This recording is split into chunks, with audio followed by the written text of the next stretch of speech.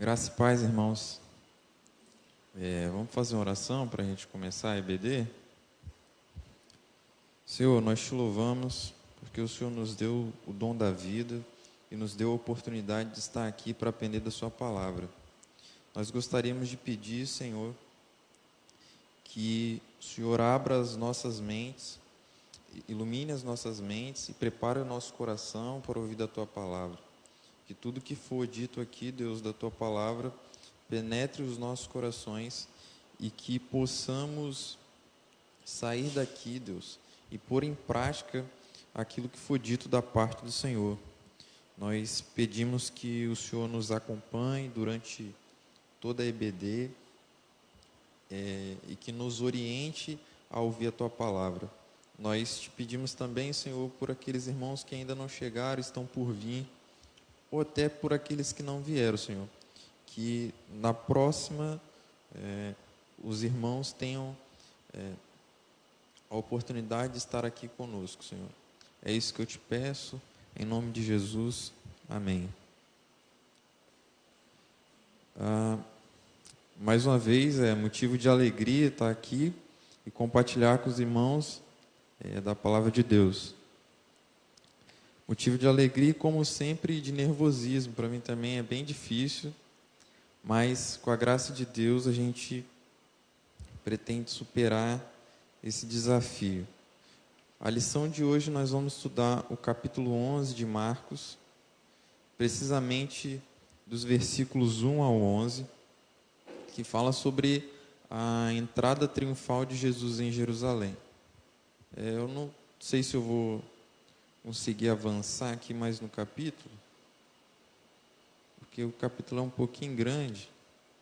Eu prefiro sempre trabalhar mais os detalhes de cada trecho. Eu penso que o aproveito que a gente pode tirar disso é melhor.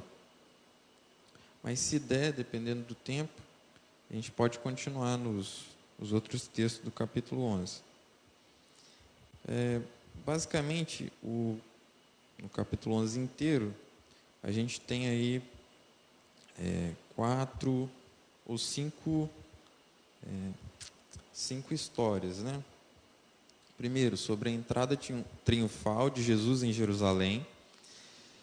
Nós temos a figueira que não dá fruto e nós temos a purificação do templo. E por último, nós temos o poder da fé, que é uma lição que Jesus dá, inclusive relacionado à figueira sem fruto, e depois a autoridade de Jesus e o batismo de João. Mas como eu falei, a gente vai ficar nesse primeiro texto aí sobre a entrada triunfal de Jesus em Jerusalém. E aqui o que a gente precisa ter em mente?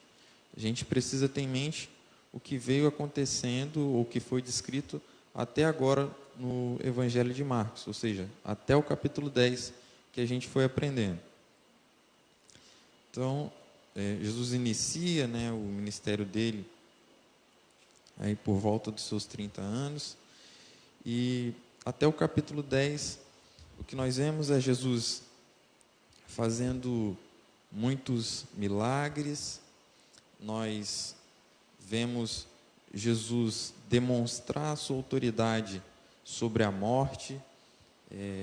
Jesus demonstra a sua autoridade sobre espíritos malignos, e Jesus demonstra a sua autoridade também sobre a natureza, quando, por exemplo, ele ordena que a tempestade pare, que o mar acalme e que o vento cesse. Então, até que Jesus vem demonstrado o seu poder e autoridade e se revela como o Messias, a quem Israel esperava por muito tempo. A gente vai ler agora o texto com uma coisa em mente. Se a epígrafe do texto aí é sobre a entrada triunfal, para a gente que compreenda esse texto, o que é preciso? Que a gente relacione como alguma coisa que a gente conhece. A gente aprende assim. Você aprende normalmente a partir de uma base que você tem. Então, é difícil se aprender do nada. Você normalmente aprende fazendo relações. Um exemplo de entrada triunfal. Se você tivesse que pensar no exemplo de entrada triunfal, qual exemplo você pensaria? Olha, a gente tem para as mulheres um momento tão aguardado que é o casamento. Então, seria um bom exemplo de entrada triunfal. Para os homens, a apresentação de um grande jogador de futebol. Então, esse tipo de evento é mais ou menos o que vai tratar aqui. Claro,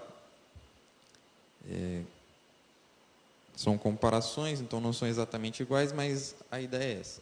São de grandes entradas por momentos muito aguardados e que reservam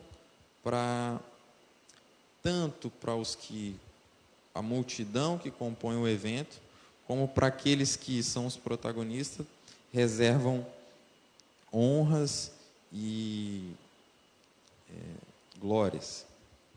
Então vamos ao texto, versículo 1, a gente vai até o versículo 11.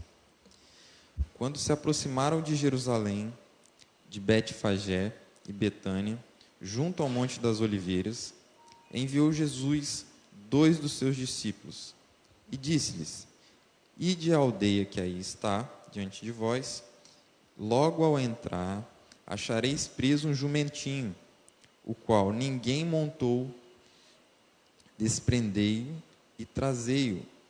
Se alguém vos perguntar: por que fazeis isso? Respondei: o Senhor precisa dele e logo o mandará de volta para aqui. Então foram e acharam o jumentinho preso, junto ao portão, do lado de fora, na rua, e o desprenderam. Alguns do que ali estavam reclamaram: que fazeis, soltando o jumentinho?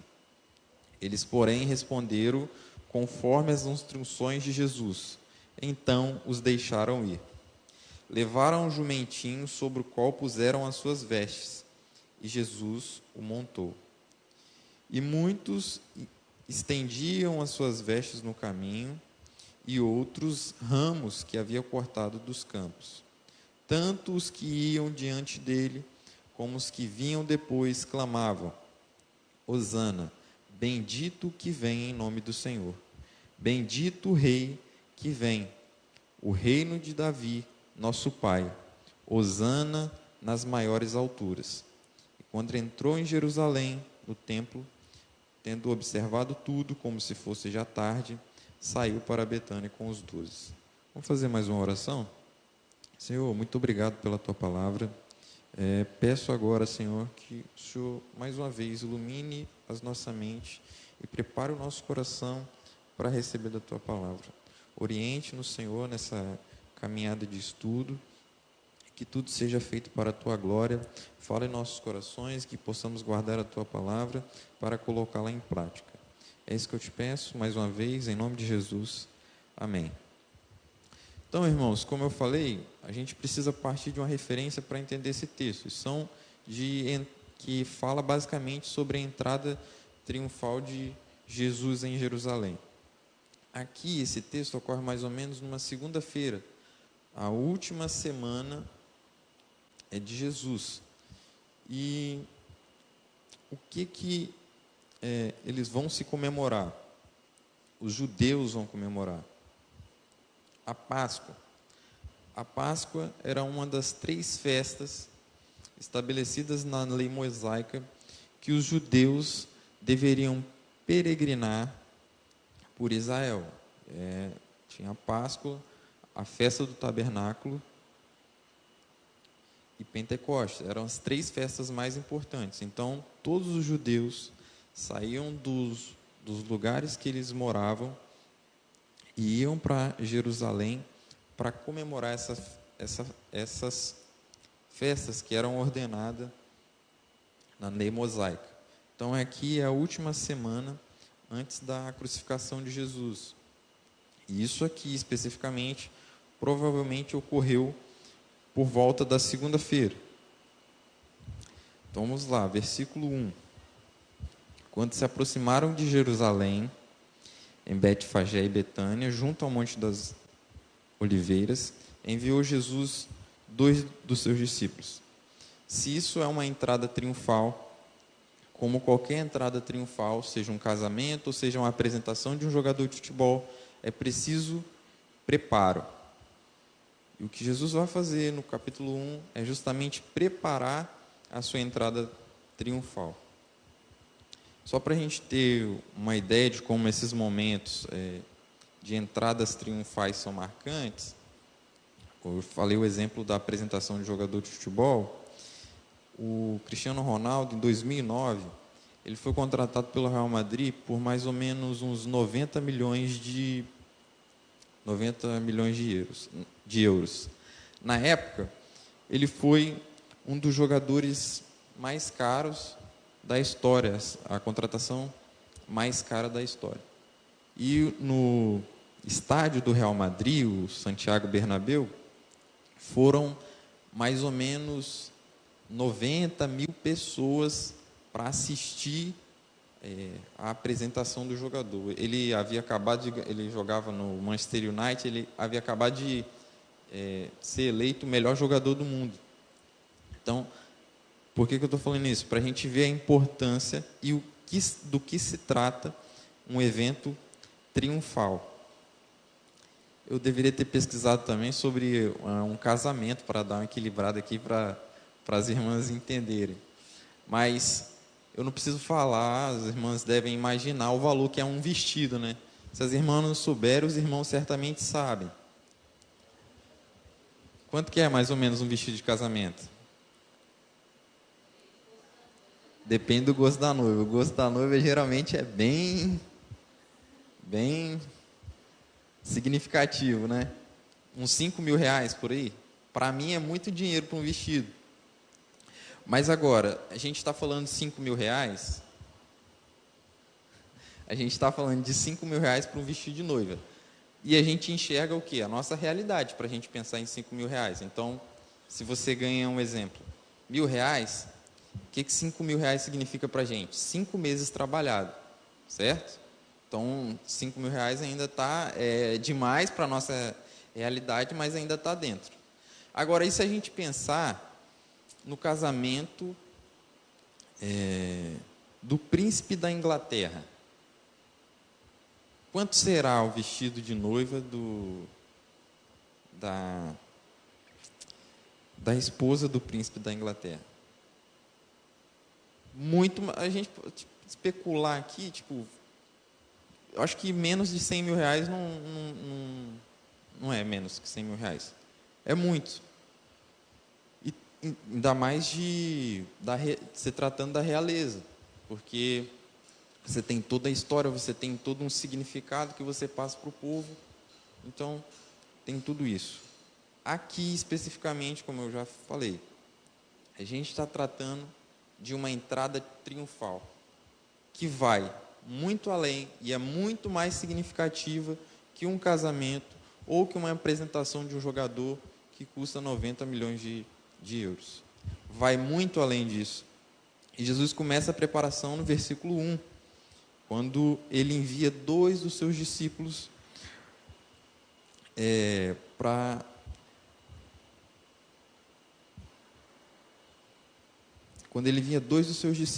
uma aldeia. Ele fala um lugar específico em que eles vão encontrar um jumentinho preso. Detalhe, eles vão encontrar um jumentinho preso e ninguém montou esse jumentinho. Um outro detalhe importante, ele pede para desprender esse jumentinho e trazer até Jesus. Então aqui Jesus dá algumas orientações para os discípulos no sentido de preparar a sua entrada triunfal. Mas perceba, se tratando de uma entrada triunfal, teoricamente se exigiria mais sofisticação do que um jumentinho. como meio de transporte? Claro, na época não existia Corolla, não existia Fiat Uno, mas o meio de transporte eram os animais. Mas para a época ainda tinham meios de transportes mais sofisticados. Os reis, por exemplo, usavam uma espécie de carruagem, e normalmente cavalo, não jumentinho. Não jumento. E pior do que jumento, Jesus disse que tinha que ser um jumentinho que estava preso. E esse jumentinho ainda não havia sido montado, que possivelmente pode apontar para uma inexperiência. O animal poderia ser indomado. Então, aqui a gente já tem um detalhe que causa um mínimo de estranhamento. É a entrada triunfal de Jesus. Jesus já veio demonstrando autoridade. Até o capítulo 10, ele é o homem que ordena o mar e o vento lhe obedecem. Ele tem autoridade sobre os demônios, ele cura pessoas cegas, mas o meio de transporte que ele escolhe para a sua entrada triunfal é um simples jumentinho. E a pergunta que a gente pode fazer para o texto aqui é: por que um jumentinho? Eu acho que essa pergunta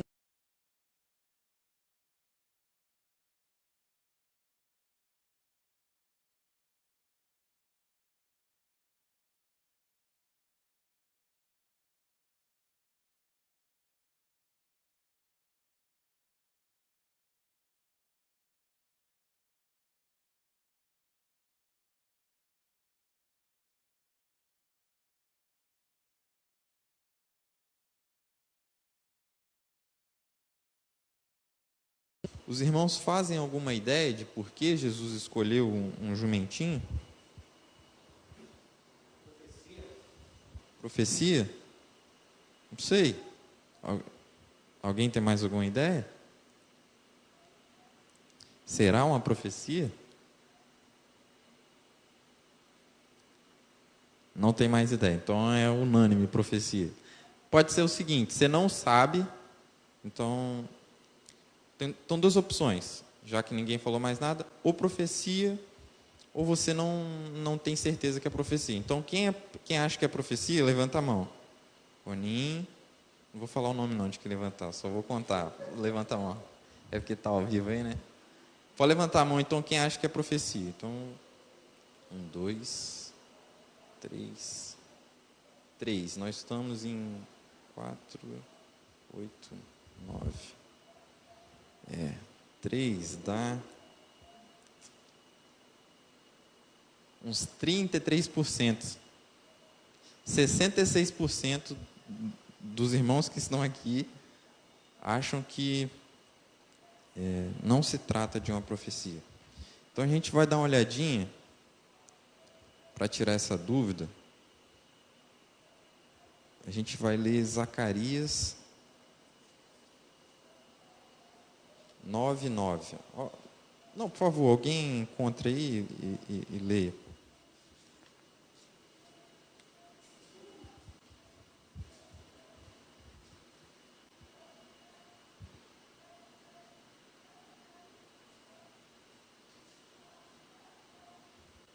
Alegra-te muitos, ó filha de Sião, exulta, ó filha de Jerusalém. Eis aí te vem o teu rei, justo Salvador, humilde, montado em jumento, num jumentinho, cria de jumento. Então, isso aí é uma profecia do Antigo Testamento. Agora eu vou perguntar de novo. Por que Jesus escolheu um jumentinho? Seria por uma profecia? Então vamos levantar de mão de novo quem se convenceu e acha que é por uma profecia. Eu gosto de ter certeza que as pessoas se, se convenceram. Se você ainda não se convenceu, a gente vai ler mais um texto. A gente vai ler Gênesis 49, do 10 ao 11.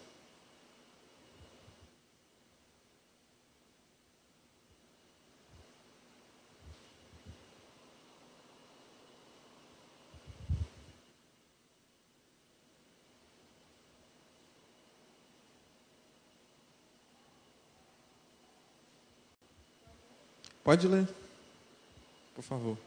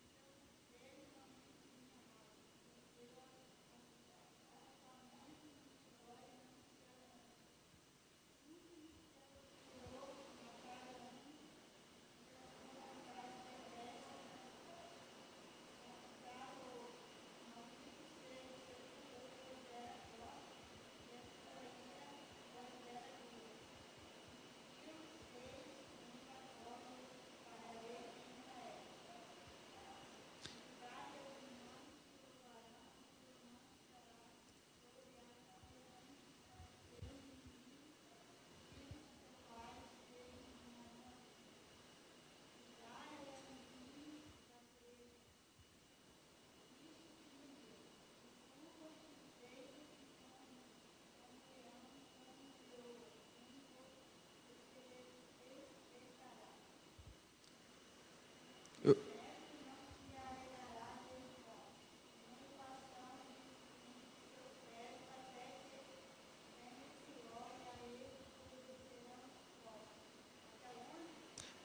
É o 11 agora.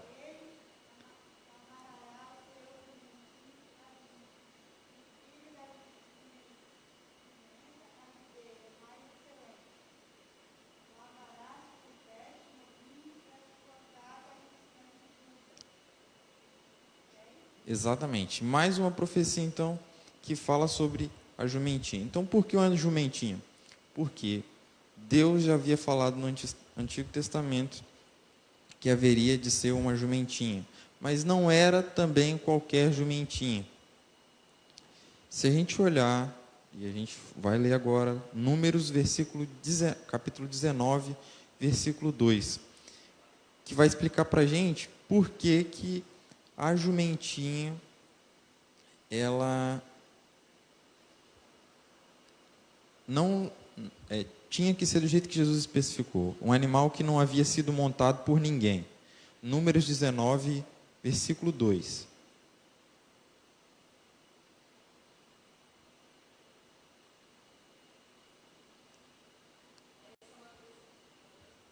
Pode ler.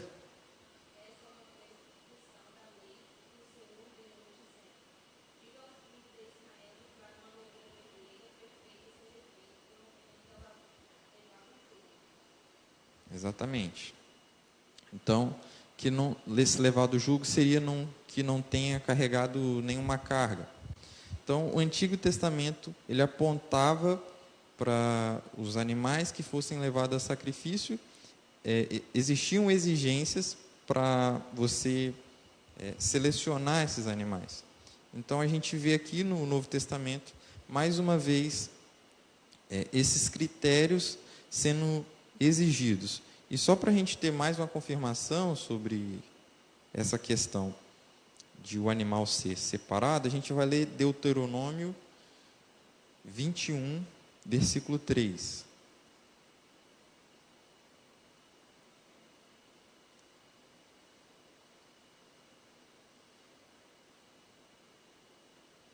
Quem encontrar pode ler.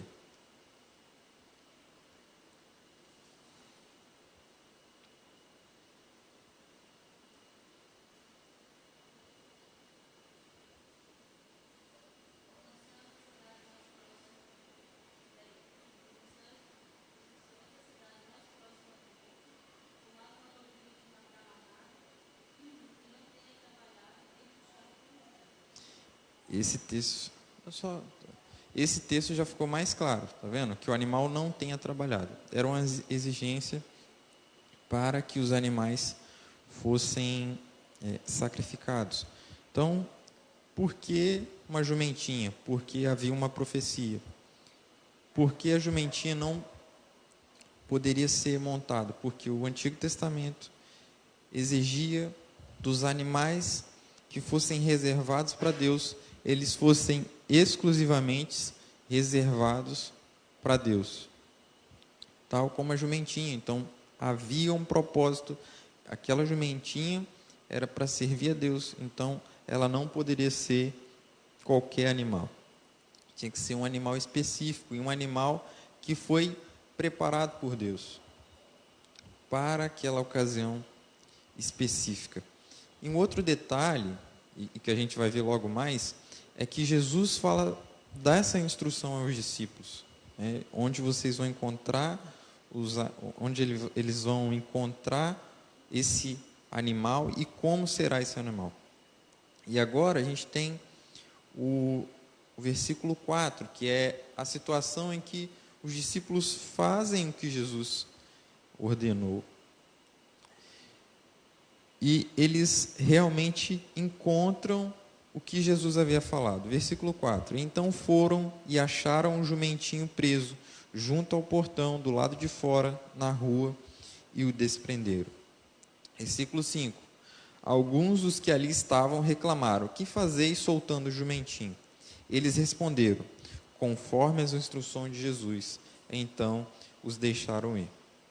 Então o que aconteceu? Jesus pediu aos discípulos que fossem a uma determinada aldeia e que resgatassem uma jumentinha que já havia um propósito pré-estabelecido. E para surpresa de todos nós, talvez para de alguns não tanta surpresa, mas os discípulos vão e encontram exatamente o que Jesus havia descrevido para eles. Jesus descreveu que ia estar lá uma jumentinha e estava lá. E eu acho que a gente pode extrair uma primeira lição desse acontecimento. É que as instruções de Jesus são verdadeiras. E o que eu digo por verdadeiras? É que elas correspondem à realidade. Se Jesus disser que tem uma jumentinha em determinado lugar, terá uma jumentinha. Foi isso o que aconteceu aqui. Então, as instruções de Jesus são verdadeiras. Nós devemos confiar e acreditar naquilo em que Ele nos instrui. Nós devemos acreditar na Sua palavra. Foi o que os discípulos fizeram. Os discípulos, eles foram e encontraram o que Jesus havia dito. Exatamente da mesma forma, com todos os detalhes que Jesus havia descrito. O que Jesus preveu também quando ele pediu aos discípulos? Se a gente voltar no versículo 3, Jesus fala: você vai encontrar nessa situação a jumentinha, e se alguém perguntar por que vocês estão fazendo isso, vocês vão responder que o Senhor precisa do jumentinho, e o Senhor vai devolver a jumentinha. Primeira coisa, quando Jesus diz aqui que o Senhor precisa da jumentinha, a palavra aqui no grego é Kyrios, que era uma palavra usada para se referir à realeza, para se referir aos Césares, para se referir aos reis. Então, Jesus assume mais uma vez como sendo filho de Deus. Jesus se assume mais uma vez como Senhor. E qual é a orientação para os discípulos? Se alguém questionar vocês, a resposta é que o Senhor, que Deus, que o Rei precisa desse jumentinho. E repare na reação dos que questionaram os discípulos. Os discípulos foram lá, encontraram a jumentinha e mais uma vez encontraram um possível questionamento que Jesus havia falado. E a resposta deles é o que Jesus havia instruído. Jesus respondeu: o Senhor precisa deles e a gente vai devolver. Qual é a reação dos questionadores? Nenhuma. Os questionadores não se opõem ao que Jesus havia instruído para os discípulos fazer e o que eles fizeram. O que revela mais uma vez que nós devemos seguir as instruções de Jesus, e quando nós seguirmos essas orientações de Jesus, não haverá nada que que vai se opor a gente. Em que sentido não vai se opor a gente? No sentido de que o questionamento ou a possível oposição vai nos parar, como não pararam os discípulos. Então pode até haver o questionamento e em um certo ponto a oposição, mas isso não foi suficiente para parar os discípulos, o que revela o poder que a palavra de Jesus tem, que as instruções de Jesus têm. E nós deveríamos olhar para esse evento e nos encorajar a seguir as instruções de Jesus, porque elas são verdadeiras e porque não há quem possa se opor a elas. Versículo 7. Eles levaram o jumentinho sobre o qual puseram as suas vestes e Jesus o montou. Então, depois de... Essa foi basicamente a parte do preparo, e agora é que Jesus efetivamente monta sobre o jumentinho e vai entrar em Jerusalém. Como eu falei, a Páscoa é uma das festas mais aguardadas pelos judeus. Todos os judeus saem das suas respectivas cidades e caminham até Jerusalém para comemorar a Páscoa. O que acontece nessa Páscoa? Essa Páscoa foi diferente de qualquer outra que já havia acontecido. Versículo 8. E muitos estendiam as suas vestes nos caminhos, e outros ramos que haviam cortado dos campos. Tanto os que iam adiante dele, como os que vinham depois, clamavam: Hosana, bendito o que vem em nome do Senhor. Então agora os judeus reconhecem em Jesus a sua realeza. Por que eu falo que Jesus reconhece, que os judeus reconhecem em Jesus um rei? Porque esse tratamento de jogar os mantos, ou a gente pode pensar aqui, jogar as roupas sobre o chão para Jesus passar e jogar os ramos, é um gesto de veneração àquele em que você faz isso. E como que eu sei disso? Se a gente olhar em 2 Reis 9:13, vamos ler, é curtinho, mas vamos ler. O que eu estou dizendo é que os ramos e os mantos jogados significam que alguém reconhece a realeza do outro. Então, aqui, se eu jogasse um ramo e minha camisa para o Vitor passar, eu estou reconhecendo o Vitor como rei. E a gente vai para o texto de... Qual que eu falei agora? 2 Reis. A gente vai para o texto de 2 Reis para a gente ver isso. Quem encontrou pode ler.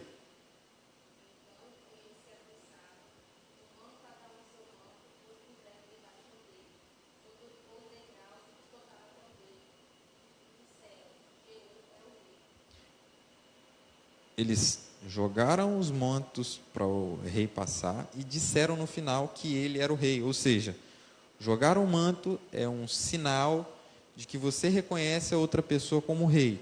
É o que fizeram aí com Jeú. Ele foi coroado e recebido com os mantos, ou seja, um sinal de reconhecimento da realeza de Jeú.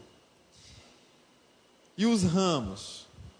Salmo 118, versículo 27. Os mantos são um sinal de veneração, certo? E os ramos que eles jogaram? Quem encontrar pode ler. 118, 27.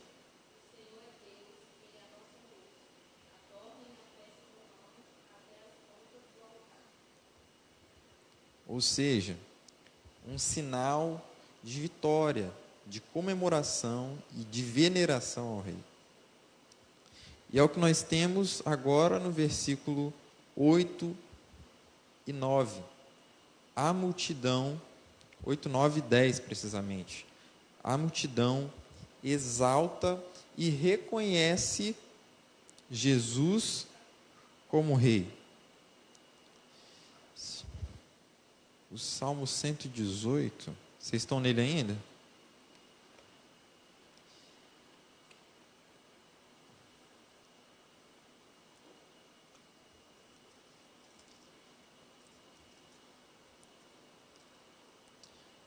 Deixa eu tirar aqui.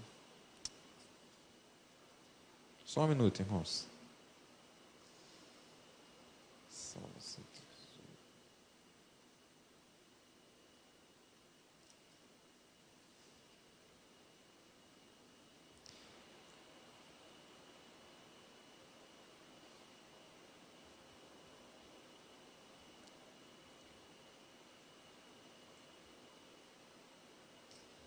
Versículo 25. Deixa eu voltar aqui em Marcos.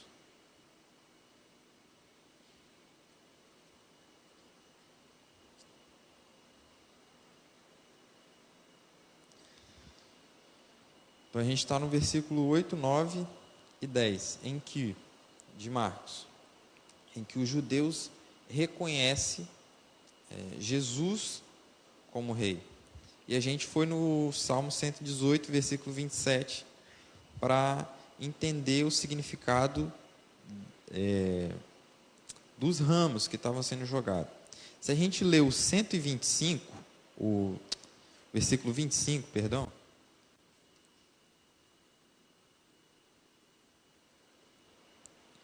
eu adoro ver isso na Bíblia, quando a gente tem no Novo Testamento alguma coisa que está escrita já no Velho. O que eles estão cantando aqui em Marcos, leia aí agora você, acompanha aí. Bendito o Rei que vem, o reino de Davi, nosso Pai, hosana nas maiores alturas. Versículo 9, hosana, bendito o que vem em nome do Senhor. Agora, se a gente lê o Salmo 118, versículo 25, ó salva-nos, Senhor, nós te pedimos, ó Senhor, concede-nos prosperidade. 26, bendito que vem em nome do Senhor. A vós outros da casa do Senhor, nós vos abençoamos. O Senhor é Deus, Ele é nossa luz. Adornai a festa com ramos até as pontas do altar. Então, o que os judeus estão cantando aqui? Estão cantando aqui com a entrada de Jesus. Eles estão cantando o Salmo 118, versículo 25 ao 27. Eles estão cantando só por cantar? Não, porque eles reconhecem Jesus como sendo o cumprimento do Salmo 118. Israel esperava por um rei que havia de livrar o povo do jugo a qual eles haviam sofrendo. E uma outra promessa que tinha no Antigo Testamento, precisamente 2 Samuel 7, vamos até lá, 2 Samuel. Havia uma promessa lá que havia de ser cumprida. E o povo está reconhecendo que essa promessa está sendo se cumprida agora, cantando o Salmo 118.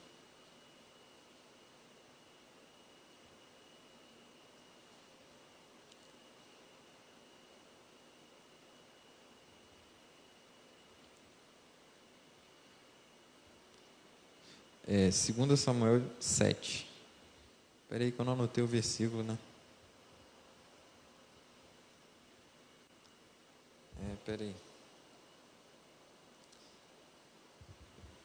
Vai ser mais fácil se eu resumir do que eu procurar o versículo agora. Então, qual era a promessa aí de 2 Samuel 7? Existe um versículo que eu não me recordo agora, em que ele diz que vai vir um descendente de Davi e que vai reinar para sempre. Foi uma promessa que Deus fez a Davi.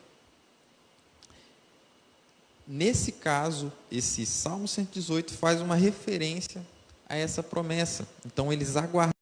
14 a 16. Depois você lê em casa. Então, vamos pensar aqui o que é o povo de Israel ser subjugado pelos romanos.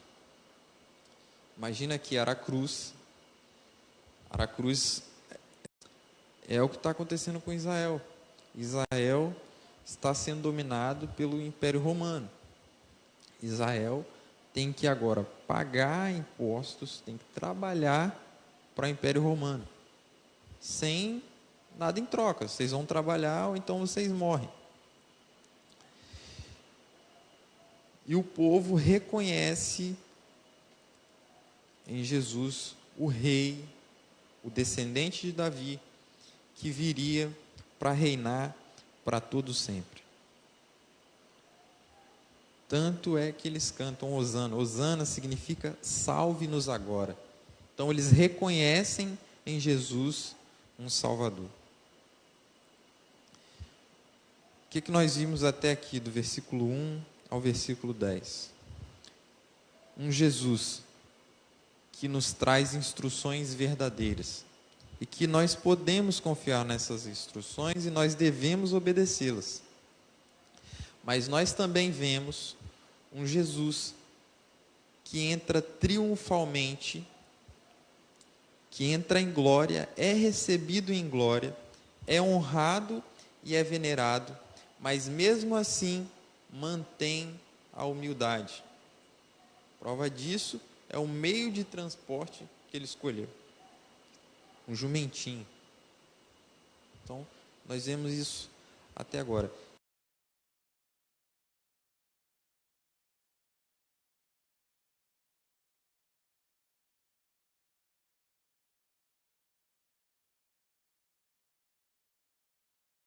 Pela multidão como sendo um rei, mas ainda assim ele não deixa de ser humilde, ele não deixa de que a sua glória o corrompa, ele ainda assim se apresenta como servo. E agora a gente tem no versículo 11, que encerra o texto, algo que destoa do que a gente viu até o versículo 10. Porque o que se espera de uma entrada triunfal de alguém que está sendo tão bem recebido é uma conclusão no nível da comemoração. Então, se a gente pensar, os meus exemplos hoje, tudo de jogador de futebol. Da próxima eu vou pensar mais em exemplo de casamento. Mas um jogador de futebol que ganha um campeonato, ele passa por uma avenida com o troféu na mão, comemorando e brindando, e os torcedores em volta, né? Parabenizando, comemorando junto. E no final das contas, eles vão para um estádio, para continuar a festa. Se encerra no estádio, com mais pessoas, e eles bebem, se divertem, dançam. O desfecho é na altura da comemoração, do caminho. Só que no versículo 11, olha o que acontece. Jesus entra em Jerusalém, no templo, ele observa tudo, mas, como se já fosse tarde, saiu para Betânia com os 12. Então Jesus chega no templo, observa com toda essa pompa, e nós não temos aqui uma recepção dos líderes religiosos nós não temos o reconhecimento dos líderes religiosos da época para a realeza de Jesus. Quem reconheceu foi apenas a multidão, e dá para dizer aqui que o desfecho foi bem diferente daquilo que se esperava, pelo menos na nossa imaginação. O que mostra, e o que para mim esse ponto revela? A humildade de Jesus, e que Jesus não buscava por esse reconhecimento dos homens. O reino dele não era daqui. Ele não, mais para frente, a gente vai ver no versículo 17, que ele vai ter um embate, né? O próximo texto, a continuação aqui, vai ter um embate sobre a purificação no templo, que mostra que o templo religioso da época não estava reconhecendo a realeza de Jesus. Por quê? Se todo o povo reconheceu Jesus como Messias, como um cumprimento de uma profecia, por que os religiosos não conheceram Jesus como sendo o rei? E a resposta está em uma das primeiras perguntas que a gente fez aqui. Por que uma jumentinha? E a resposta talvez seja jumentinha. E por jumentinha aqui eu quero dizer que a humildade com que Jesus se apresentou destoa completamente do que um rei da época faria. Mas Jesus é assim, ele destoa daquilo que a gente espera, porque ele é muito melhor. Porque ele veio como rei, mas veio também como servo. Ele veio para dar a vida e se sacrificar no nosso lugar. Por isso que ele é tão diferente daquilo que o povo da época esperava. Então, só para a gente tentar amarrar de novo, o que a gente extrai de todo esse texto? Jesus é um rei glorioso e humilde. Jesus nos dá instruções verdadeiras em quem nós podemos confiar sem medo. Essas seriam basicamente as duas coisas que eu guardaria. Jesus é um rei glorioso, mas também humilde. E Jesus nos instrui com verdades as quais nós podemos confiar. Amém? Vamos fazer só mais uma oração para a gente encerrar. Mas se alguém quiser perguntar alguma coisa, desculpa. Se alguém quiser perguntar ou comentar.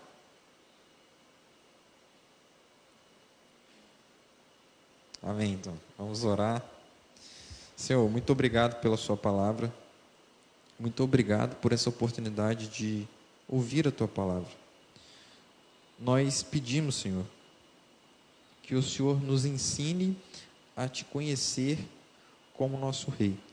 Não como os líderes religiosos, Senhor, que não reconheceram a realeza de Jesus, mas como a multidão que o venerava, Senhor, que o adorava, que o conhecia como um cumprimento de uma profecia.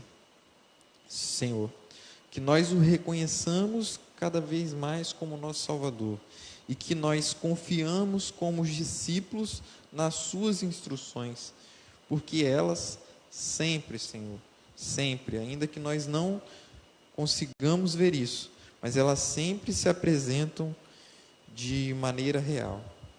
Senhor, muito obrigado mais uma vez, te agradeço, peço pelos irmãos que não puderam estar aqui, o Senhor conhece,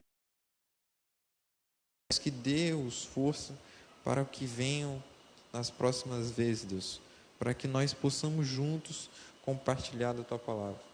Agradeço também pela vida dos irmãos que aqui vieram, Senhor.